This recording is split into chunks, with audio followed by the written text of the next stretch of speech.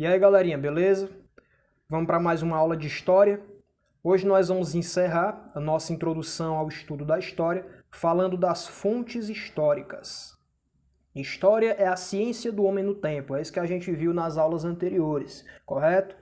E uma questão: como a ciência da história investiga o passado humano?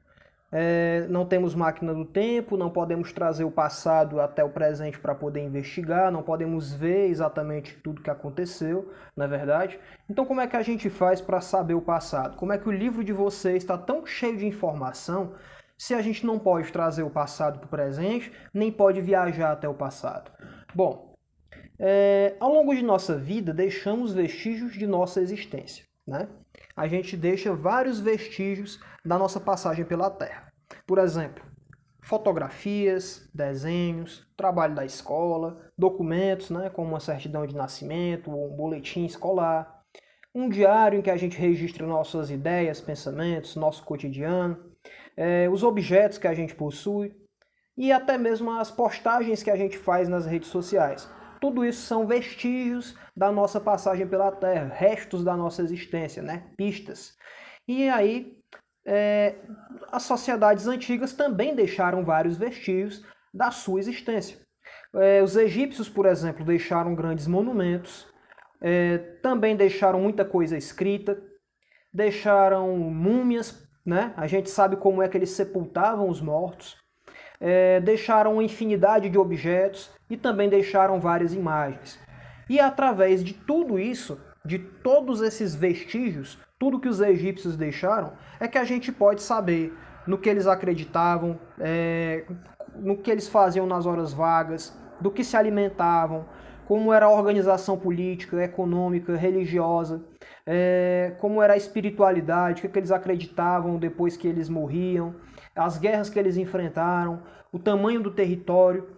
Tudo isso a gente sabe através das coisas que eles deixaram ao longo do tempo, os vestígios, tá?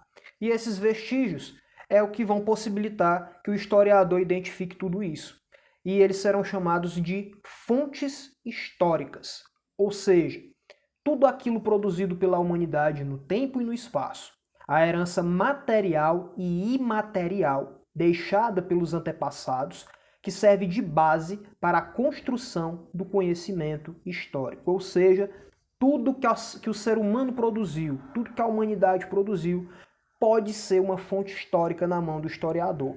A mesa que eu estou usando para me apoiar, o fone que eu estou usando, o aparelho, a tecnologia, o vídeo que eu estou gravando, tudo isso, daqui a um tempo, pode ser utilizado por historiadores, tá? Se o historiador quiser pesquisar como é que os professores fizeram para dar aula na pandemia, podem usar até meu vídeo como exemplo, tá?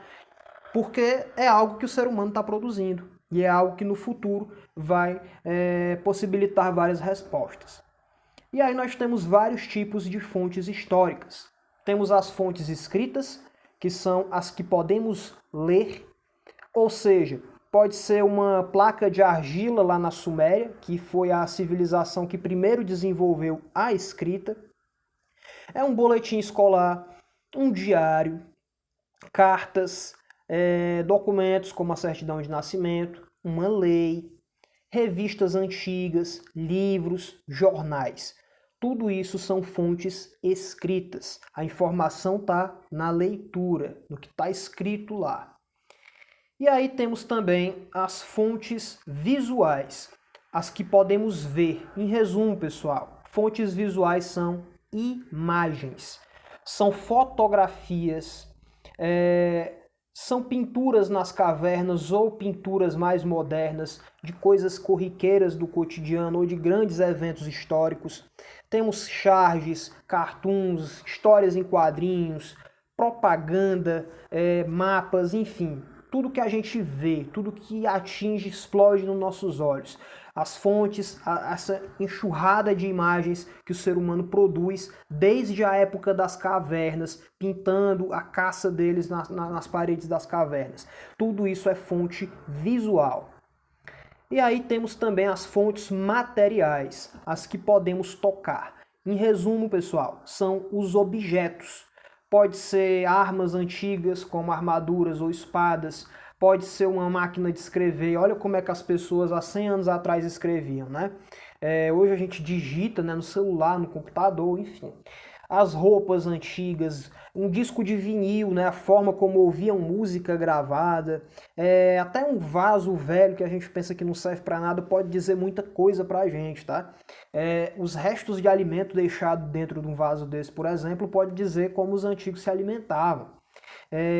Automóvel, enfim, objetos em geral. Esses objetos vão nos dizer o que as pessoas faziam no seu cotidiano, no seu trabalho, as ferramentas que elas usavam, a forma como fabricavam, o material que elas utilizavam para fabricar e infinidade de coisas. Aí também temos as fontes audiovisuais, que são fontes novas, tá? Porque são os vídeos em geral, os filmes, as séries, as novelas, as animações, desenho animado, né? Documentários, reportagens. Tudo isso são fontes audiovisuais. Então, se eu quero, por exemplo, identificar o pensamento da sociedade na década de 1930, uma fonte que eu posso utilizar são os filmes produzidos na época, tá? Vai retratar o pensamento de quem produziu e é o pensamento da época também, né? E a história que ele vai contar também vai refletir o pensamento daquela época. Uma reportagem hoje de um programa de TV, daqui a 10, 20 anos, ou até menos tempo ou mais, pode ser usada como fonte audiovisual por um historiador também, certo? E aí nós temos as fontes orais, que é quando você senta perto de uma pessoa mais velha e começa a perguntar para ela sobre coisas antigas do tempo dela. O vovô, a vovó, o titio, titia. E aí ele vai te contar, naquele tempo era assim, era desse jeito, quando eu era menino era tal. Isso é uma fonte oral, tá? Essa fonte ela não está escrita, ela não está na forma visual, na imagem, ela não é material, certo? Ela não é audiovisual, mas é uma fonte que você pode transformar ela nisso, tá? Como? São depoimentos, né? Entrevistas, cantigas, musiquinhas antigas, tá? Ou lendas, né? Aí na imagem nós temos um índio, né? Contando uma história. Isso é história oral.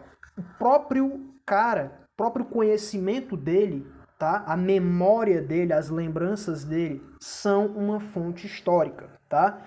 Só que a fonte oral tem que ser tratada com muito cuidado, porque a nossa memória ela pode nos trair, tá? Por exemplo, você pode ter uma impressão boa de uma época que para a maioria foi ruim, né? Ou às vezes a gente esquece alguma coisa porque quer, certo? Deixa de contar uma coisa que pode ser constrangedora, conta só que foi legal, aumenta aquilo que acha legal, enfim. Mas é um tipo de fonte que hoje tem sido muito considerada porque existe muita história que não foi escrita, não foi deixada em forma de imagem, não foi deixada em forma audiovisual, só tem as pessoas velhas com sua memória para poder transmitir para as outras. Então é muito importante que haja a gravação de entrevistas, de depoimentos de pessoas mais velhas, que quando essas pessoas partirem, todo esse conhecimento, essa história oral também pode partir, ok? E aí povos sem escrita, como alguns povos indígenas, utilizavam muito a fonte oral, a história oral, para poder transmitir a sua história para as outras pessoas, para as outras gerações. E aí, pessoal, algumas observações. Sozinha, a fonte não nos diz nada. Seu valor como fonte depende do historiador, ok? A fonte histórica, pessoal, primeiro o historiador tem que ver se é autêntica. Por isso que eu falei naquela primeira aula sobre reconhecer se as fontes são dignas de confiança ou não. Em segundo lugar, o historiador, aliás, a fonte sozinha, ela não vai dizer nada para o historiador.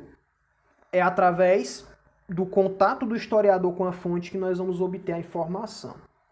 O trabalho com a fonte histórica é como um diálogo, uma conversa, em que ela responde nossas perguntas.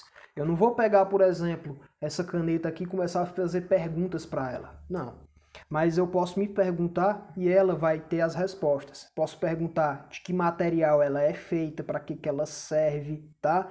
Qual é a idade que ela tem, fazendo um exame químico nela, enfim. E aí essa imagem na tela de vocês é um pedaço de papiro produzido no Antigo Egito com algo que foi escrito. O papiro era o tipo de papel utilizado lá pelos egípcios.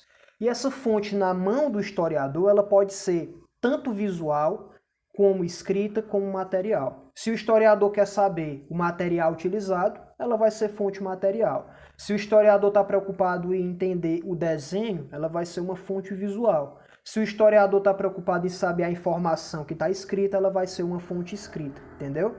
A fonte histórica só vai ter seu valor na medida que o historiador trabalha com essa fonte, dialoga com essa fonte, as perguntas que ele faz e as respostas que ela pode lhe fornecer. E para a gente finalizar, pessoal, lembremos que a história não está sozinha, tá? Existem as chamadas ciências auxiliares da história. São várias ciências, tá? Que os historiadores também vão ter que estudar um pouquinho ou ter alguma noção para que eles possam também estudar a história.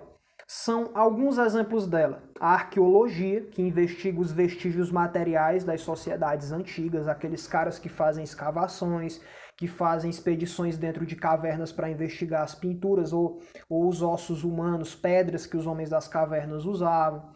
Temos a economia, que estuda as diferentes atividades econômicas do ser humano, como ele faz para sobreviver, para produzir, para distribuir a produção. A linguística, que estuda os idiomas.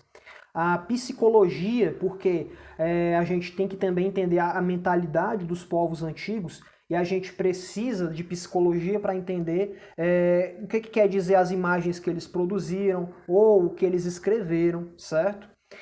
A antropologia, que é o estudo do ser humano em si. A geografia, para entender a interação do ser humano com o espaço, para entender os mapas, as mudanças, beleza? E também existe mais uma variedade de outras ciências que o historiador vai precisar para poder trabalhar com as fontes históricas, entender e escrever a história. É isso, galerinha. Espero que vocês tenham curtido. Valeu!